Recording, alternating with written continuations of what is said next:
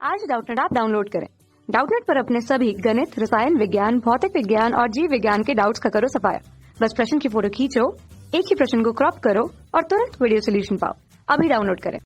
प्रश्न है, एक गेंद को ऊपर की ओर 50 मीटर प्रति सेकंड के वेग से उछाला गया है। तो हमें पता करना है, जो प्रश्न का पहला भाग है वो है गेंद की अधिकतम ऊंचाई कितनी होगी, और जो दूसरा भाग है वो है अधिकतम ऊंचाई तक पहुंचने में लगा समय कितना होगा, और जो तीसरा भाग है वो है अधिकतम ऊंचाई की आधी ऊंचाई पर गेंद का चाल क्या होगा, यह हमें बताना है।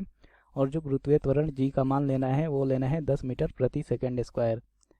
तो यहाँ पर स्थिति कुछ ऐसी है कि मान लिया यहाँ से एक व्यक्ति जो है गेंद को फेंकता है ऊपर की तरफ, और जो गेंद की प्रारंभिक जो चाल है, अगर इसको हम u से लिखें तो u का मान हमें दे रखा है कितना, 50 मीटर प्रति सेकंड, ये हमें दे रखा है। और चूंकि जो गेंद है जब इसको फेंकेंगे तो इस पर एक नीचे की तरफ गुरुत्वीय त्वरण लगेगा, जिसका मान होगा क्या, जिसका मान g के बराबर होगा। और यहाँ पर जो गुरुत्वीय त्वरण g का मान लेना है, ये लेना है 10 मीटर प्रति सेकंड स्क्वायर।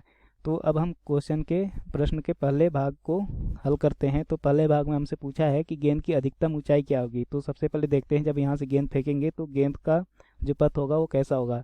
तो यहाँ से जो गेंद है वो ऐसे ऊपर की तरफ जाएगी और फिर ऐसे वापस चली आएगी।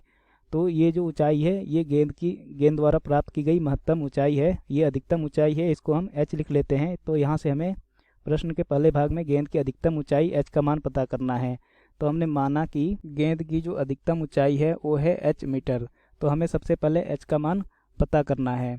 तो हमें यहाँ पर u का मान, जो प्रारंभिक वेग है उसका मान दे रखा है कितना है, ये है 50 मीटर प्रति सेकेंड। और जो अंतिम वेग है, जो अधिकतम ऊंचाई पर पहुंचने पर जो इसका वेग होगा वो कितना हो जाएगा, हो जाएगा v बराबर 0 मीटर प्रति सेकेंड। तो यहाँ पर जो अंतिम वेग आएगा, अंतिम वेग वो कितना आएगा, अंतिम वेग v लिखें तो इसका मान आ जाएगा 0 मीटर प्रति सेकेंड। और हमें निकालना है अधिकतम ऊंचाई h का मान। तो यहाँ पर जब गेंद को फेंका जाता है तो उस समय इसका जो वेग है u, ये ऊपर की दिशा में होता है, और जो गुरुत्वीय त्वरण है वो नीचे की दिशा में है। तो यहाँ पर जो हम त्वरण का मान लेंगे वो कितना लेंगे, त्वरण को अगर a लिखें तो इसका मान -g के बराबर होगा, क्योंकि यहाँ पर जो बल लग रहा है, जो त्वरण है वो जो इसका वेग है उसके विपरीत दिशा में है, इसीलिए यहाँ पर जो हम त्वरण लेंगे उसका मान ऋणात्मक लेंगे।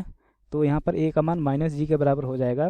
और जो गति का तीसरा समीकरण है, जो अंतिम वेग का स्क्वायर होता है v स्क्वायर, होता है u square plus 2a s के बराबर। तो यहाँ से हम लिख सकते हैं v square equal to u square plus 2a into s का जो मान है वो h है। हमें यहाँ पर h का मान निकालना है, और v का मान यहाँ पर 0 दे रखा है, तो ये हो जाएगा 0 का स्क्वायर बराबर u का मान दे रखा है 50, तो ये हो जाएगा 50 का square plus 2 into -g into h।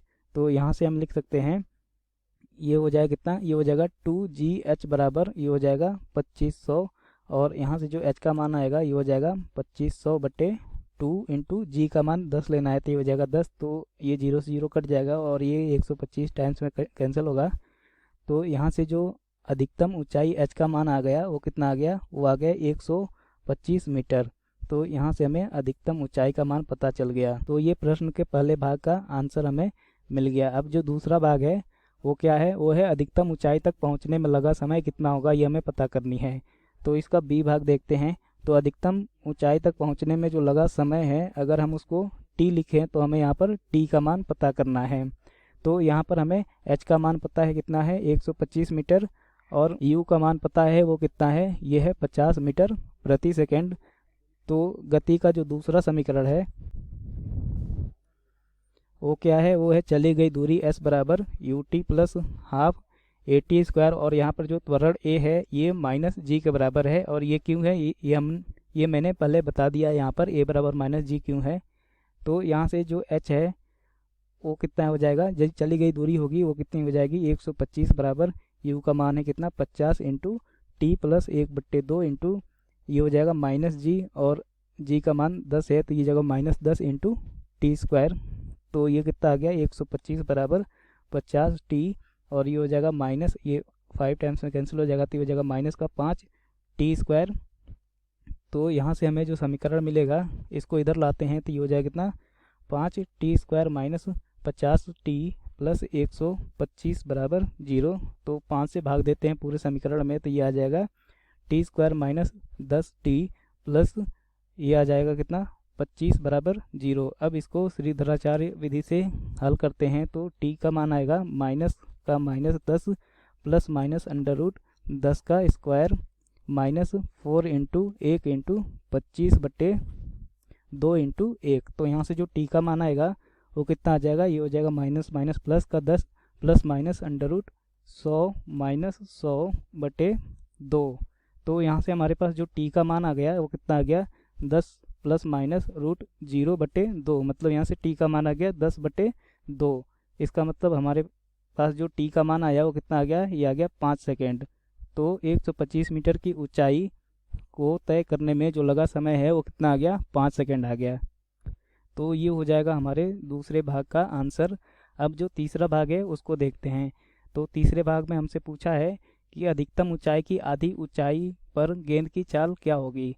तो यहाँ पर जो दूरी हो जाएगी, जो ऊंचाई हो जाएगी या दूरी इसको लिखें, दूरी का जो मान होगा वो अधिकतम ऊंचाई के आधा हो जाएगा। और अधिकतम ऊंचाई कितना दे रखा है, ये है 125 मीटर, तो ये हो जाएगा 125/2 मीटर। और यू का मान 50 मीटर प्रति सेकेंड है। तो यहाँ पर जो उसकी चाल है उसका मान पता करना है। तो यहाँ पर जो उसकी चाल है अगर हम उसको v लिखें तो v का मान हमें पता करना है। तो गति का जो तीसरा समीकरण है उसके अनुसार जो v स्क्वायर का मान होगा वो कितना हो जाएगा, वो हो जाएगा u स्क्वायर प्लस 2as के बराबर।